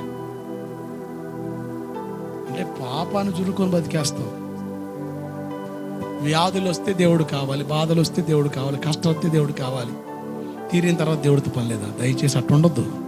నేను ఎందుకు చెప్తానంటే అట్లా దేవుని వాడుకోవద్దు. నా బాధ అది. నేను నీకోసం లెక్క చెప్పవలసిన వ్యక్తిని నేను. నువ్వు దేవునికి దగ్గర అవ్వాలి. ఒకవేళ నీ రోగానికి నీ పాపమే కారణమైతే మానుకో. నిద్ర పట్టని సమస్యలు ఏడుతున్నాయి కదా బతుకుల్లో.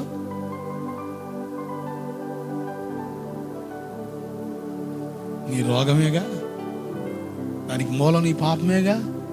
నువ్వు వస్తావు, చేయి పెడతా, హాయిగా ఉంటుంది, సమ్మగా ఉంటుంది, ఏదో దిగదుడిచినట్టుగా ఉంటుంది. నేను చూసా. నేను మా బావగారు వాళ్ళు మారారు. వాళ్ళ మార్పును చూసి వెళ్ళాలన్నది కానీ వెళ్ళేవాడిని కాదు. మా అత్తయ్య వాళ్ళు కృతజ్ఞత కోటం పెడితే ఈ ఇంటి పక్కనేగా, వాళ్ళ ఇంటి కాడుకు వచ్చి పెద్ద నిష్టగల భక్తిపరుడు, మరి భక్త పొంగుడిని. అందరు చర్చిలో ఉంటే నేను మంచం మీద కూర్చొని వాక్యనేవాడిని. అబ్బా నిక్కారసైన భక్తిని. మరి ఒకరోజు ఎందుకో ఎగ్జామ్ స్టైల్లో నేను క్లాసుకి సరిగా వెళ్ళా.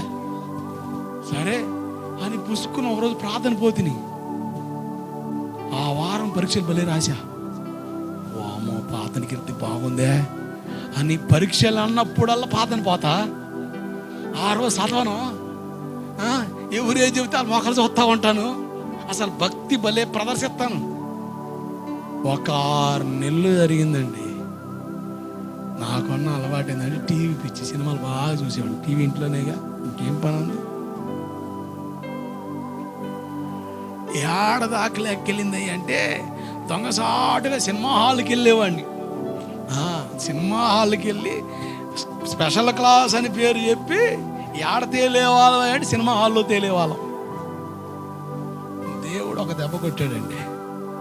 రక్తం గడ్డ కట్టి అది గడ్డగా మారింది. మామూలు బాధ కాదు.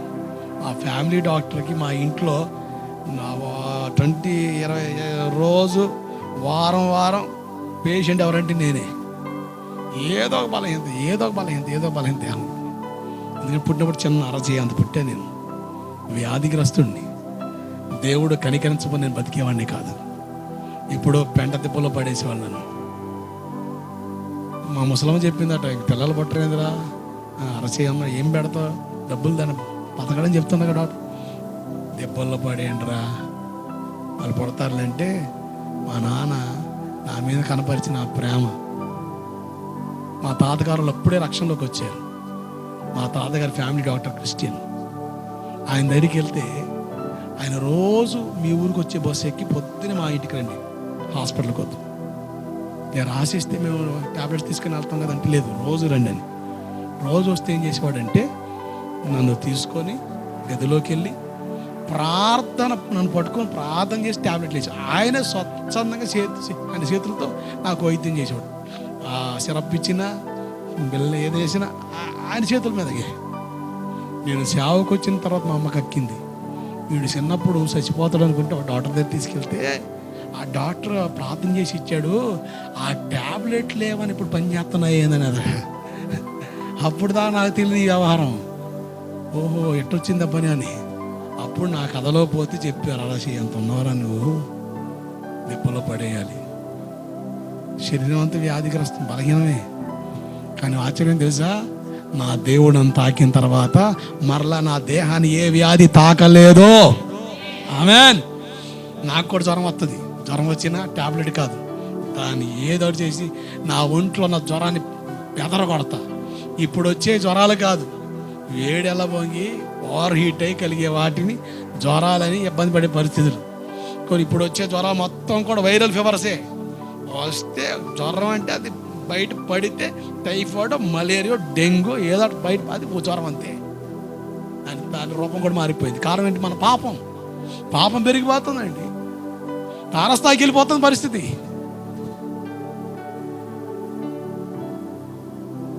నీకు నీ దేవుడు అర్థమైతే నీ దేవుని సందుకు వచ్చి మొరపెట్టి ప్రార్థన చేయడం నీకు అలవాటు అయితే దేవుడు ఖచ్చితంగా స్వస్థిస్తాడు.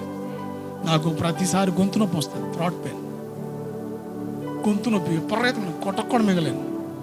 అది ప్రతిసారి చిన్నప్పటి నుంచి నాకున్న బలహీనత. అది విపరీతమైన గొంతు నొప్పి వస్తాయి. అన్నం తినలేను, కొట్టక మింగలేను, ఏం తాగలేను. నేను ప్రభువుని నమ్ముకున్నప్పుడు వచ్చింది అదే పెయిన్. అది శుక్రవారం. నేను శని ఆదివారం ఉపవాసం ఉండేవాడిని, ఏం తీసుకునేవాడిని కాదు. అమ్మ పాలు తాగరా, తాగదు, ఏదంత తినరా, నువ్వే జాతర మీద భక్తి లేచింది ఒక రోజు. నువ్వే జాతర మీద భక్తి, పాతకి వాళ్ళు ఎవరా లేదా, ఏదో మరి ఇద్దరు మట్టి తిన్నాడు, అద్దె మట్టి తామన్నాడు, ఏది నువ్వు చేసేది, నేనేం మాట్లాడలే. కొంచెం యేసు ప్రభు కూడా సొరకలు వేసింది, 2 సొరకలు. కొంచెం బాధ, నన్ను తిట్టిన బాధ లేదు, యేసు ప్రభు సొరకలు ఎత్తి బాధ అనిపించింది. నేను గదిలో పోయా, బయటకు వచ్చి బయట మంచం మీద ఆమె జ్వరం. నేను కాము పక్కన నిలబడి చిన్న ప్రాణం చెప్పి బయటకు పక్క వచ్చా. ఇక ఆ తర్వాత నన్ను ఏమంది, వాము ఈయన ఏదైనా తేడా పడి మాట్లాడదు. ఆ రోజు శుక్రవారం గొంతు నొప్పి వచ్చింది, ప్రార్థన చేసి స్వస్థపరచమని. మళ్ళీ బయటకు వచ్చి పట్టుకేసి తగ్గలే. మళ్ళీ లోపలికి వెళ్ళి ప్రార్థన చేశాను, తగ్గలే. మళ్ళీ అలాగే ప్రార్థన ఉన్నా, మర్చిపోయా. నాకు ఆ నొప్పి ఉన్న సార్ మర్చిపోయేదాకా అలా ప్రార్థన చేశా. తర్వాత మర్చిపోయా. తర్వాత ఒక గంట గుర్తుకొచ్చింది, గొంతు నొప్పి తగ్గిపోయింది. నేను మళ్ళీ గదిలోకి వెళ్ళి ప్రభా నీకు స్తోత్రం, బాగు చేశాను. అప్పుడు పరిశుద్ధాత్ముడు అన్నాడు, నిన్ను బాగు చేయడమే కాదు, నీ ద్వారా అనేకులు బాగు చేయబడతారు. దేవుడికి స్తోత్రం కలుగునుగాక. అట్లా స్వస్థపరిచే శక్తిని దేవుడు నాకు ఇచ్చి నన్ను నడిపించి ప్రారంభించాడు. స్వస్థపరుస్తాడు దేవుడు. నువ్వు ఎంతగా సరెండర్ అవుతున్నావు దేవునికి అది కావాలి.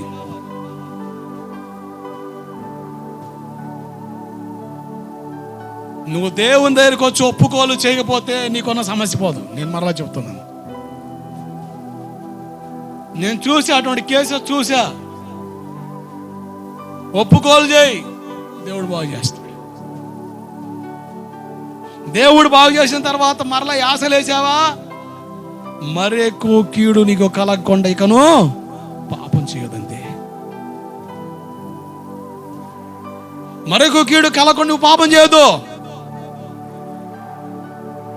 మళ్ళా రోగం తిరగబడేదాకా నువ్వు పాపంలో దొరలొద్దు. విజయవాడ జోసఫరాజు గారి దగ్గర నేను ఉన్నప్పుడు ఒక లారీ డ్రైవర్ ఏడుసులోకి వచ్చేవాడు ఆల్రెడీ ప్రార్థనకి.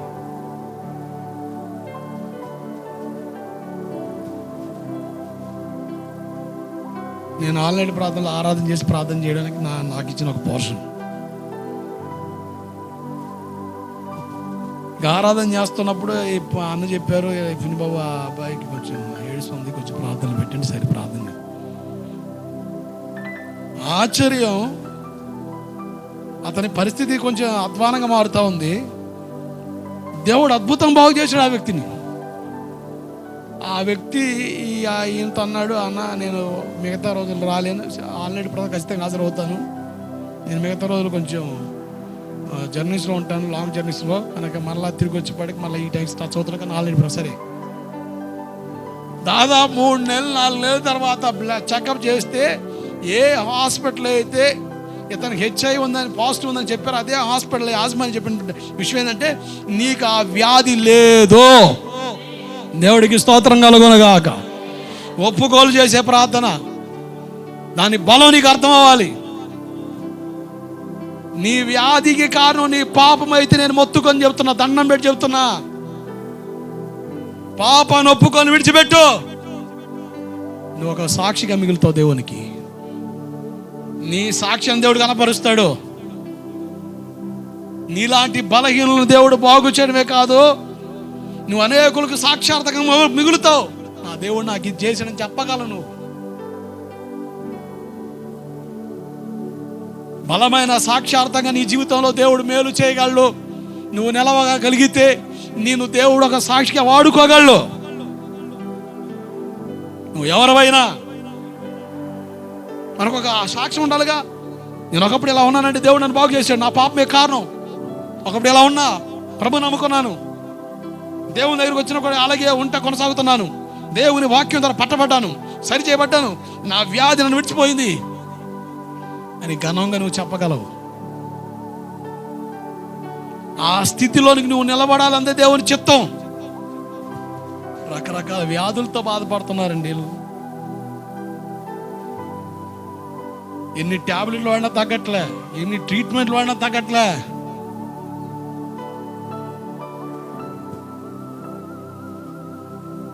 తమ్ముడు ఇక్కడ కూటనికి వచ్చాడు. ఆ రోజు సడన్గా కరెంట్ పోయింది. జనరేటర్ ఉంటే బాగుండేది కదా అనుకున్నాడు. కూటమైపోయింది. ఆ తర్వాత వారం మరలా నా దగ్గరికి సంప్రదింపులకు వచ్చారు. అన్నా, నేను ఈ సంవత్సరం వ్యవసాయం చేస్తున్నాను. నా వ్యవసాయంలో వచ్చే మొదటి పంట భాగం దేవునికి ఇచ్చేస్తా. నేను జనరేటర్కి సహాయం చేయాలనుకుంటున్నాను. వాళ్ళు మన సహవాసం ద్వారా బలపడుతున్న వ్యక్తులే.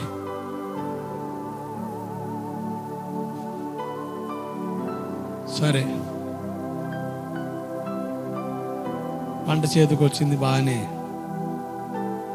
చేతికి వచ్చిన తర్వాత నాకు కొంచెం ఈ కూలీలకి ఇవ్వాలి, నేను ఒక 2 నెలలు తిరగా ఇస్తానంటే, సరే అమ్మా, సరే నీ ఇష్టం, ఇబ్బంది ఉందా కదా అలాగని ఆప్షన్ ఇచ్చా. అది 3 నెలలు జరిగింది. ఈ గ్యాప్లో కొల్లాలం అయిపోతున్న మనిషి. నొప్పి వస్తుందని నర్సరా పెడితే గుండెపోటు వస్తుందని, హార్ట్ స్ట్రోక్ ఏమని తెస్తే 60,000-70,000 ఖర్చు అయిపోయి ఇంటికి వెళ్ళాడు. మనం విడిగా ఉన్నప్పుడు మనం ప్రార్థన చేస్తుంటే, నేను అతని దగ్గర ప్రార్థన చేస్తే ఈ వాక్యం గుర్తుకొస్తుంది, కానీ నేనేం మాట్లాడలే. ఈ పరిస్థితి మనం అడగడం బాగేం కాదు కదా, సరే దేవుడే ప్రేరేపిస్తాడని నేనేం మాట్లాడలే. ఇంటికి వెళ్ళారు. 1 వారం గడిచింది. మరలా ఆడవాడు పట్టుకొచ్చారు గుంటూరు. ప్రార్థన చేయగా మళ్ళా కోలుకున్నాడు. తర్వాత అలా ఇద్దరు భార్య భర్తలు, మాకు తేడా ఏదో అర్థమైపోయింది. దాదాపు దేవుని సొమ్మును అట్లా బిగబట్టుకొని బట్టి 1,50,000 దాకా ఖర్చు అయిపోయిందన్న. వ్యాధి ఏదో తేలలేదు, హాస్పిటల్ మాత్రం ఓవర్ డబ్బులు పెట్టేశాం. నువ్వు ప్రార్థన చేస్తే మళ్ళీ కుదురుపడి మళ్ళీ ఇంటికి వస్తున్నావు. అర్థమైన సమస్య. నేను చేసిన బుద్ధిహీనమైన పని దేవుని కూడా ఒప్పుకుంటున్నాను. నేను త్వరలోనే ఆ ఉడంబడికి వస్తాను. అలా చెప్పిన తర్వాత, ప్రార్థన చేసుకున్న తర్వాత, నన్ను కలిసి ప్రార్థన చేసుకున్న తర్వాత ఇప్పుడు ప్రశాంతంగా మంచం లేసే పని లేదు, కళ్ళు తెరవడం పరిస్థితి లేదు, భయంకరమైన ఇబ్బంది. ఎప్పుడైతే మరలా ఉడంబడికలోనికి రావడానికి సంసిద్ధమయ్యాడో వెంటనే మరుక్షణమే ఆరోగ్యం దేవుడిచ్చాడు. ఇప్పుడు తిరుగుతూ ఉన్నాడు. బైబిల్ ఒక మాట ఉంది, చెప్పి ముగిస్తా. చూడండి, కీర్తనల పుస్తకం 66:14. త్వరగా అందరు చూడండి. కీర్తనలు 66:14. నాకు శ్రమ కలిగినప్పుడు నా పెదవులు పలికిన మ్రొక్కుబళ్లను నా నోరు వచించిన నేను నీకు ఏమొచ్చినప్పుడు నాకు శ్రమ సంభవించింది. దీనికి కారణం నాకు అర్థమైంది. నేను మనసును అనుకున్న ఆ మొక్కుబళ్ళు, పలికిన మొక్కుబళ్ళు నేను చెల్లిస్తాను.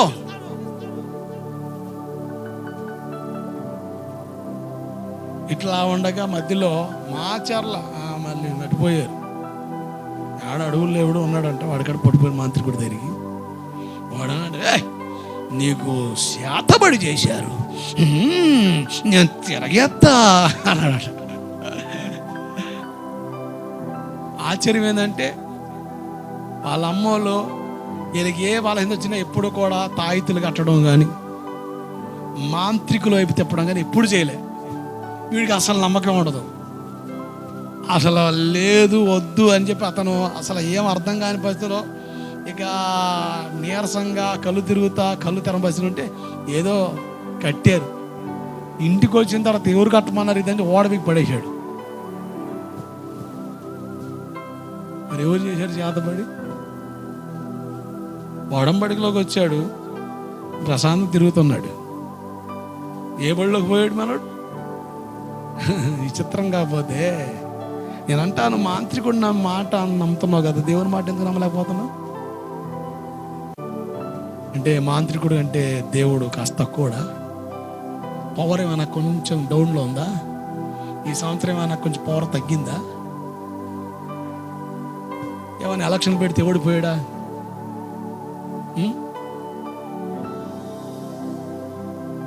ఎవరిని గెలిపిస్తున్నాను? అది విచిత్రం. ఒక మాట ఉంది బైబిల్లో, చదవండి. యెషయా పుస్తకం 47:13.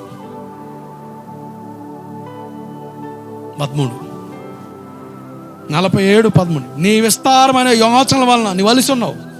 ఓ ఇటు అటు ఆలోచించి ఇది అది అని అలిసిపోయావు. జ్యోతిష్కులు, నక్షత్ర సూచకులు, మాచచర్య చెప్పువారు నిలవబడి నీ మీదకి వచ్చునవి రాకుండా నేను తప్పించి రక్షించుదనేమో ఆలోచించు. నేను నీ మీద కీడు రప్పించాలనుకున్నాను, నువ్వు వాళ్ళలో పవర్ ఉందనుకుంటున్నావు కదా. సరే, వాళ్ళ పవర్ నా పవర్ తేల్చుకుందాం. నేను చెప్పలేదు, దేవుడు చెప్తున్నాడు. దేవుడు సవాల్ చేస్తున్నాడు. వాళ్ళు పవర్ఫుల్లో నేను పవర్ఫుల్ తేల్చుకుందాం. నేను నీ మీద ఒక కీడు రప్పిస్తాను, వాళ్ళకి దమ్ముంటే తిరగేమను, ఎవడొస్తాడు చూస్తా అని దేవుడే సవాల్ చేస్తున్న వైఖరి ఆడ కనబడుతుంది. ఈ అధ్యాయం నేను ఒక్కసారి చదివానండి. నా కంప్లీట్ మా ఏరియాలో చేతబళ్ళు, భూత వైద్యాలు అసలు కొట్టిన పిండి. ఆ ఏరియాలో పెరిగిన వాళ్ళం, చూసిన వాళ్ళం, విన్నోళ్ళం, ఆడి మధ్య బతికిన వాళ్ళం, తిరిగిన వాళ్ళం.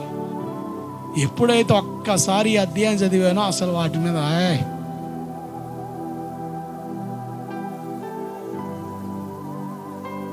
ఎన్నోసార్లు వింటున్నావు నీ వాక్యం. నువ్వు అనుకున్నట్టు ఇన్స్టెంట్లో జరిగిపోవాలి, నువ్వు అనుకున్నట్టు జరిగిపోవాలంతే. అసలు కారణం ఏంటి నీకు అర్థం అవ్వాలిగా, రీజన్ నీకు తెలియాలి కదా. నీ పాపం అయితే ఒప్పుకో దేవుని దగ్గర, అది మాత్రం చేయలే మన బతుకి.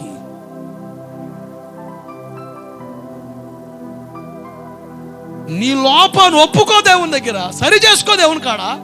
దేవుడు అన్ని కూడా సరి చేసుకుని వచ్చేస్తాడు.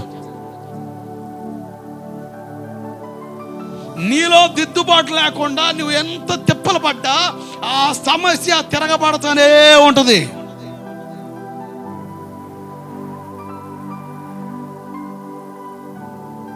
రెండవ కారణం, నీ పాపమే దానికి కారణం. నీ కష్టానికి, నీ సమస్యకు, నీ ఇబ్బందులకి నీ పాపమే కారణమైతే, ఒక దైవజనుడిగా, నీ క్షేమం కోరే వ్యక్తిగా, దేవుని వాక్య పరిచర్య చేసే నీ వాక్య సేవకునిగా చెబుతున్నాను, నీకు పరిచర్య చేసే వ్యక్తిగా చెబుతున్నాను, దేవునికి అవకాశం, దేవుని కాడ ఒప్పుకో. ఒకవేళ ఇక్కడ ఈ లోకం నిన్ను ఆధారం చేసుకుని అని నీకు ఉపశమనం కలిగించవచ్చు, కానీ నువ్వు పరలోకాన్ని పోగొట్టుకుంటావు. You will miss the heaven. నువ్వు పరలోకాన్ని పోగొట్టుకుంటావు. నువ్వు పరలోకాన్ని పోగొట్టుకోకూడదంటే దేవుని ఉద్దేశం. ఇక్కడ పోగొట్టుకున్నావని పొందుకోవచ్చు, కానీ పరలోకాన్ని పోగొట్టుకుని పొందుకోలేవు. దానికే ఈ తిప్పులు, దానికే ఈ ప్రయాసం, దానికే ఈ నలుగుడు. దానికోసమే దేవుడు మాట్లాడుతున్నది. రెండవ రీజన్ చెప్తున్నాను. మొదటికి చెప్పా, వ్యాధులు రావడానికి కారణం దెయ్యాలు. నీ ఇంట ప్రార్థన శబ్దాలను పడితే గలుగలు అని శబ్దాలు పోతాయి. సిద్ధాంతం తెచ్చి ఈ కిటికీ తీసి అటేసి ఇటేసి నువ్వు తలకిందలు పడే పని లేదు. శబ్దాలు వస్తాయని చెప్పి ఏదో మంత్రిచిన నిమ్మకాయ, గ్యార మండలి, ఈ పిచ్చి పిచ్చి పనులు అవసరంలే. నువ్వు చేయాల్సింది చేయలేకపోతున్నావు. నీ ఇంట్లో చక్కగా ప్రార్థన చేయి. ప్రార్థన బలం కనబడి సైతాను శబ్దాలు మొత్తం నిలిచిపోతాయి అంతే. ఆమేన్. ఒకవేళ నీ బజార్లో సాధన గడిపోతున్నా, ఒకప్పుడు వచ్చిందిలే, కానీ అవకాశం లేదు. ఎంటర్ కూడా లేడు. లోపలికి రాలేడు. నీ ఇంటిని దేవుడు కాపుదలతో ఉంచుతాడు, భద్రపరుస్తాడు. ఏ భద్రత కావాలి నీకు? మాంత్రించి నిమ్మకాయ వల్ల కలిగే భద్రత, తాయితో కలిగే భద్రత, గ్యార మండలం వల్ల కలిగే భద్రత. ఇప్పుడు కూడా తిక్కల పనులు పోవాలి. ఎన్నిసార్లు మాట్లాడినా కూడా ఎల్ల ఈ మెట్లు కాడ ఈ సోవ, అరిగిపోయిన చెప్పు, అరిగిపోయిన వాడేసి పడేసిన చీపురు కట్ట, మరి వాటిలో పవర్ ఎట్ట కనపడుతున్నా నాకు అర్థం కావట్లేదు. ఇంకెప్పుడు మానేది మీరు? నాకు అర్థం కాదు. నువ్వు మానేదాకా దేవుడు మాట్లాడుతూనే ఉంటాడు. నువ్వు మానకుండా చచ్చావనుకో నరకానికి పోతావని చెప్తున్నా. నువ్వు నరకానికి పోకూడదుగా. చెవులు వినపడుతున్నాయా? గుండెల్లో గుబులు, చెవులో గుండెల్లో దిగులు, చెవులో గుబులు ఉంటే మాట్లాడకవు. మనిషి మాత్రమే ఉంటావు. మానసిక రోగులే చూస్తుండవు. మానసిక రోగులు చూసే చూపులై. గుండెల్లో దిగులట, చెవులో తీస్తుండే కొంచెం అవి పెట్టుకొని వ్యవహారాలు చేస్తే ఇంకేమంటే ఎక్కడ చూస్తుండే కరెంట్ సాగుతుంది కాకిలే. ఎంటాం అనుకో, నేను అనుకుంటా, నీకేం అర్థం కాదు. అసలు ఇంకా ఈ మానలేదండి. అరే బలహీనమైన వాటిని మీద, ఈ బలహీనమైన వాటిని మనం తుచ్చంగా పక్కన వేయకుండా వాటినే ప్రాణప్రదం చేస్తే ఇంకా చాలా విషయాలను సరి చేసుకొని, మరి వాటి సంగతి అయితే అసలు ఇక్కడే నువ్వు మైనస్ అయితే అసలు అక్కడికి రాలేవు. నువ్వు సైతాన్ గడ ఆడేవాడించాడు నిన్ను. 2 నిమిషాలు కాదు 6 నిమిషాలు ఓడిచ్చేసాడు నిన్ను. ఓడిపోయావు నువ్వు. అక్కడే ఓడిపోయావు నువ్వు. దేవుడు మనకు గెలవాలని, మన గెలిపివ్వాలని ఆయన సిలువలో రక్తం కాచి ప్రాణం పెట్టి సాతాను ఓడించి కోరలో పీకి, మరణమా నీ ముళ్ళెక్కడా, నీ విజయం ఎక్కడా, నీ రంకెలేసి విజయోత్సవంతో లెక్కితే నువ్వు సీపుగా తీసుకెళ్ళి అక్కడ పెడుతున్నావు. ఆడే ఓడించేసాడు నిన్ను. ఇంకేం కాడికి వెళ్తా నువ్వు? ఎప్పుడు కూడా కొన్ని ఇళ్ళలో చూస్తున్నానండి, నాకు భలే బాధ అనిపిస్తుంది. ఏడు చెప్తేనే అసలు మొహాలు మా ఇంట్లో చూసాడు అయ్యారు ఉంటే చూస్తా, లేకపోతే నేను చూస్తా. చూశానంటే ఉన్నట్టే కదా, అలా చేయొద్దనే చెప్తుంది. మరి మా ఇంట్లో నువ్వు చూసాడు అయ్యారు రాగానే కప్పు, మా కళ్ళ కప్పు. దేవుడు చూస్తలే, దేవుడు తెలియదా? ఈ తెక్కల పనుల మనం బాగు చేయం. కవరింగ్ భక్తి వద్దండి. కవరింగ్ భక్తి మనల్ని పైకి రానివ్వదు. ఈ మైనస్లు మనలో ఉన్నాయి. నేను స్పష్టంగా చెప్పనా, మనలో చాలా మంది ఉచ్చులలో ఉన్నారు.